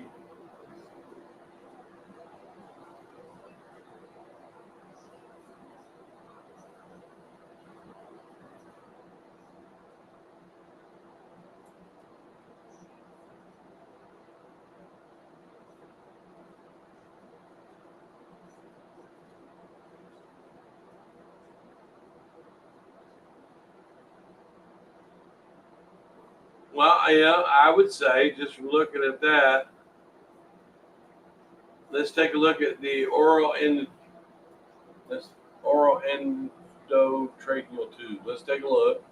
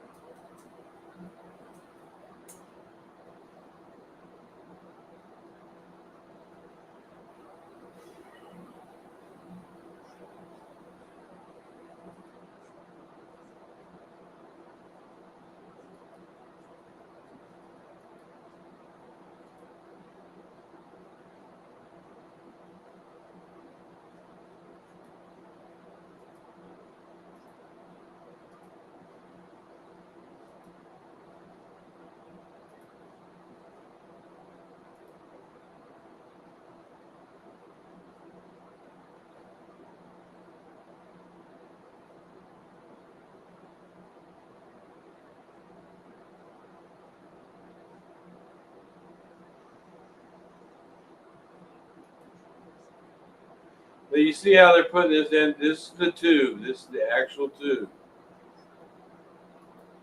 But you see how they're doing it? That's how they're putting it in.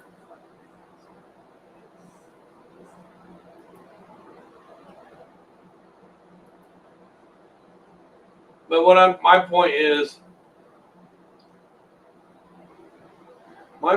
that he would be laying on his back during that. And so it doesn't absolutely prove that he was up to me. Is it all right with you if I put that up? It's fine. It's fine. It's not upsetting to me to see the photos, because it's just the shell of the bodies of those wonderful souls that I once knew. That's all it was. That was the little container that God put those beautiful souls in. I understand. And that's kind of, I have to pull myself away from it and not think of it as Damon any longer. But yeah, Oh, it's Lord okay. have mercy. Did But you if you just say that? Rich. You said you don't want to do that to the family. You don't want to disrespect the family. And you just did these a while back, and you said you asked for permission from the family. Did you ask for permission for that? They don't mind if you do it. But anyways, let's take a look. There really are the same amount of holes in the shirt. 1, 2, 3, 4, 5, 6. We've got something going on here. This is one they're talking about the other neck. They don't line up.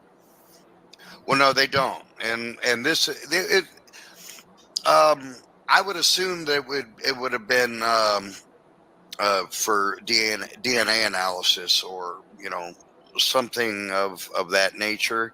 These are the actual wounds that Damon Routier had to his back. So he has put these up before. I know me and Tara have had several. So he has put these up before without asking for permission from the family. He was quick to get it up. Discussions about these wounds, because there's a lot of interesting things about them. As you can clearly see, they're clearly look like different weapons were used. I've always personally. No, Rich. How can you tell that? How can you tell that? If they moved a different way, they're going boom, boom, boom, boom. You've got softer parts of the body here and harder parts of the body right there and there. He's in the softer tissue. That's why this is a little bit tighter right there.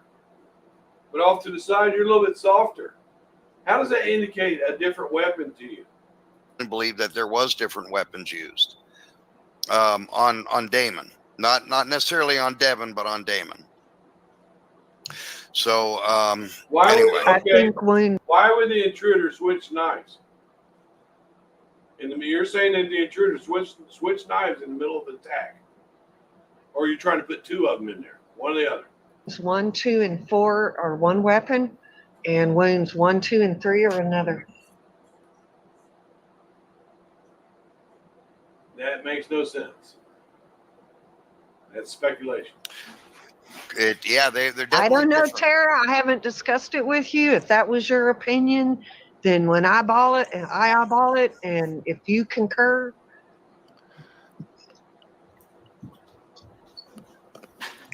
Are you with us, Tara? Hello, sorry, I just had to let my daughter in. Oh, okay. Tara, Annie would like you to give us your forensic analysis of the wounds to Damon Routier's back. I don't know. I just feel like I just don't know how a knife that big would make such small wounds. Like the top wound. That's not what Rich wanted to hear. Wounds. Yeah. They want. She said a knife that big make that small wounds. She brought it to one knife. You didn't want to hear that. Yeah, and the black numerals, numeral 1 and 2. Yeah, 1 and 2. They clearly do not match the other wounds. And I was discussing this with Rich before, and I thought that possibly that the knife that they used to get into the screen was like a box cutter or something. Do you see what I mean? Like Except for Lynch testified that he felt like the jagged cut would be consistent with the serrated. something smaller, a flip knife or something Even a like pen that. knife, just a Yeah. pen knife. Darley Key told me that they've never really been able to determine what other weapon could have been used. And However, you have to she take. go ahead. Sorry, No, it's sorry, okay. Rick. It's all You right. have Go to ahead. take into account that wounds as well. They gape after when you get stabbed. Like if you die from a stab wound, then those wounds like gape open as well. So they're a lot wider, and there's a lot of things that it's not. I'm not saying it's junk science, but like tool analysis is still in its like infancy, and like sometimes it's not necessarily what it seems like. I read some research recently that was like they did experiments on tool marks with stab wounds in like pig's skin, and they were showing that a knife wound could look similar with a jagged knife than it could with a straight knife, just by the angle at which. Well, I just wonder why they moved away from the two knife thing when she came in and said a knife that big can make those wounds. She said she doesn't understand that, but she didn't say anything about two knives. Which it enters into the skin as well. So there's like a lot of different factors in like tool mark analysis. Even in stab wounds, it's not necessarily straightforward, should I say. And I agree with her. like obviously if you're moving around and things like that, you have to take into account that these boys could have been moving around a bit. Obviously Damon got up.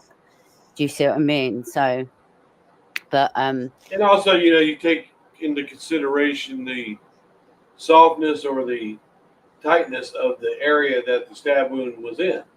If you're in a fatty area, you're more likely to get a stretch than you would in a tighter area. yeah, those two small wounds, I don't think they're it just doesn't seem. Well, I think that those two small wounds, what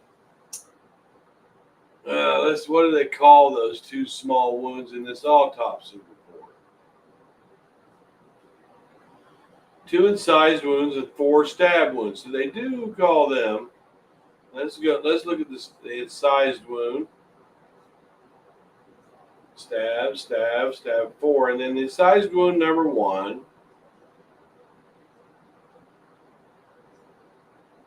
The incised wound number 1 is a 9/16 defect in the posterior left shoulder, which is centered 9 1/2 inches below the top of the head and 1 3/4 inches to the right of the midline. The blunt angle measures 1/16 to 1/8 of an inch. The defect extends 1/8 inch into the muscle. So it hit a hard spot of the muscle. Let's see what they continue to say.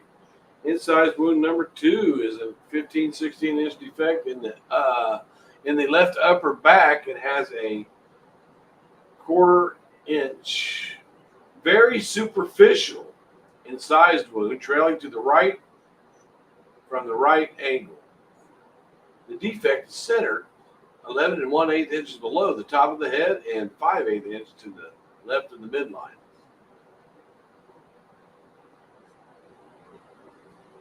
So he also had abrasions. The uppermost mid-back, light abrasions on the right side mid-back, half inch, very pale peaking. Scab. So he had scab going. On the right side of the mid-back laterally, there is a 1/2 inch, very pale, pink area that contains 3/16 inch red-brown scab. So there's that one. It looks like they may figure that to be a scab. This one, right here. something that was already there. That's maybe why they put the 1 and the 2. They don't think that was something that came from the murders. I don't know. Like feasible that they're from the same weapon as the I other. also thought 4 was also a different. I thought 1, 2, and 4 were one Yeah. weapon, and 1, 2, and 3 are another weapon, simply because the width, depth, Yeah. the But I pointedness think of the maybe corners. Remember, Darlie saw one man. Gorsuch was sitting outside of his house, or he was in the view of the window. I know he sat outside of his house for a while before he stepped in. maybe the angle as well. If you look Mhm. at the angle of them, they're slightly different. I will say this for him, at least with Tara on panel, there's a little more logical. And They're also, like 1, 3, and 1 and 3 seem to be going in one direction into the wound, but number 2 is going in the other direction, like at a sideways angle. Well, actually, 2 and 3 are almost exactly the same in width and diameter. These 2 are almost the same. It's 4 that looks kind of weird to me, but you can see it was bam, bam, bam, and then bam, bam, bam. Angle. well, also keep in mind that if you read the autopsy report, the stab wounds don't match. So it's How do they not match? What do you mean? it's you know they're not, their depth doesn't match their width on the differences between the two. Let's look at the stab wound. Let's see what he says. Read it real quickly.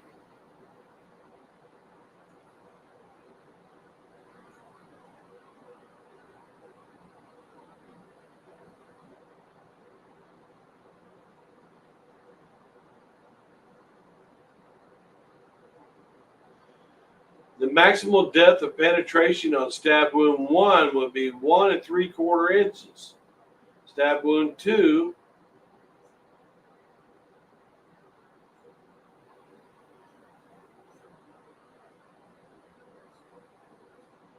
1.78.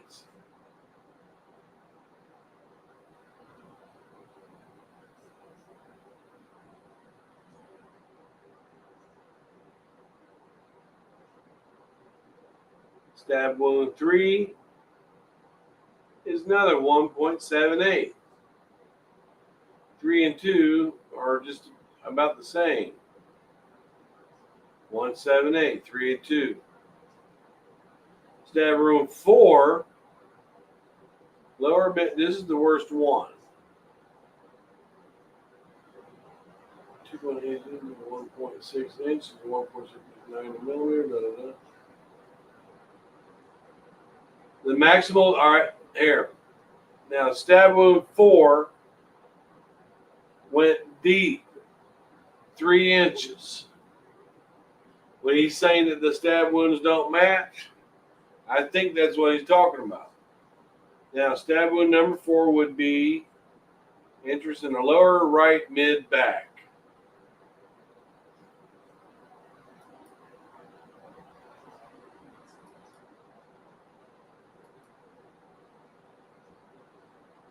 I'm going to finish this tomorrow.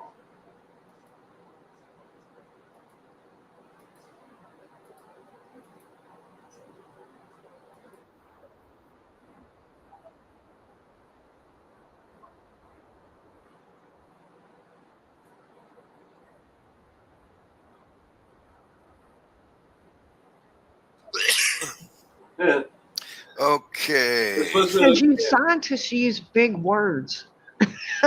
Right. Yeah. No, that's just it. Okay.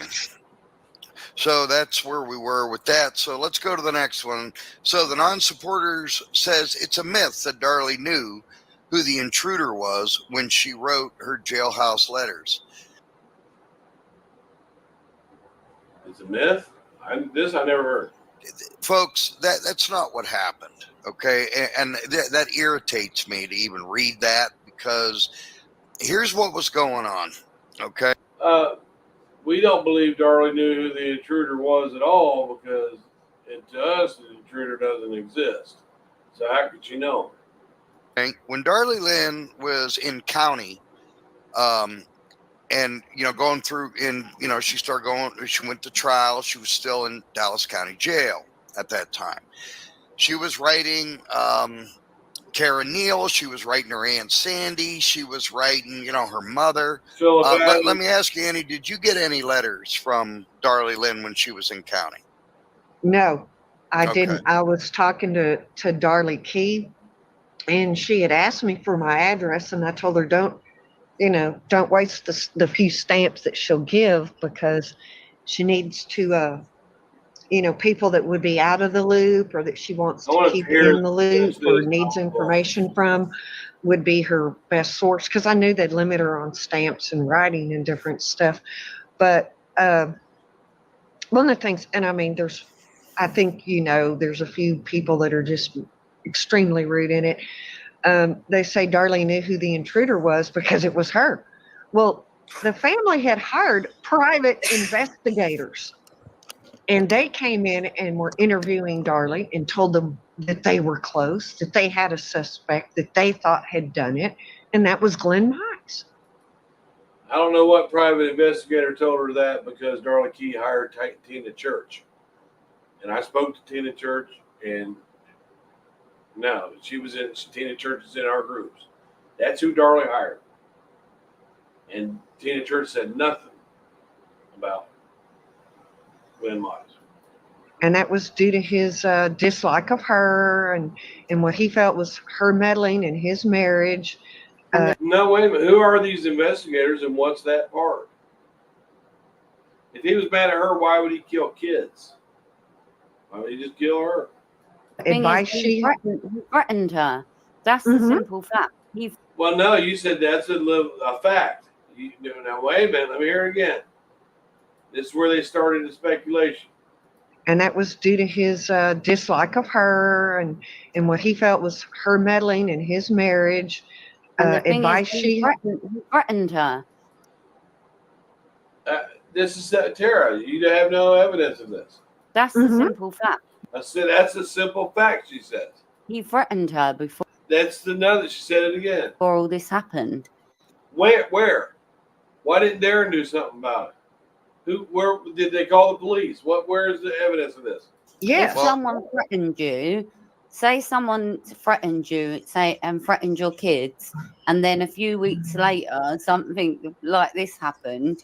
Well, say you write in your diary about how you'd like to end your life, and a few weeks later you get into an argument with your husband and your kids come up dead that night.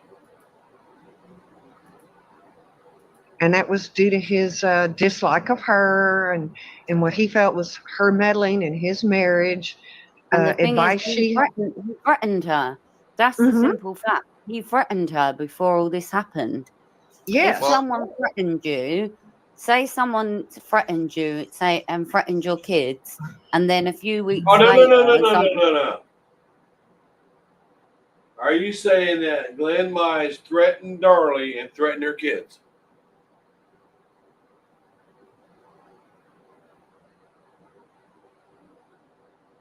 No. I'm going to stop this right here. I'm going to get back to this.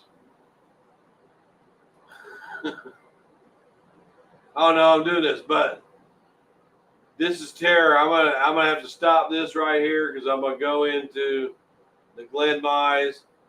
But she's saying he threatened her and threatened her kids, and that's a simple fact. And I need to leave this alone for a minute. No, I'm going to go through each and every one of Rich's videos. But I'm going to tell you, this one was pretty good.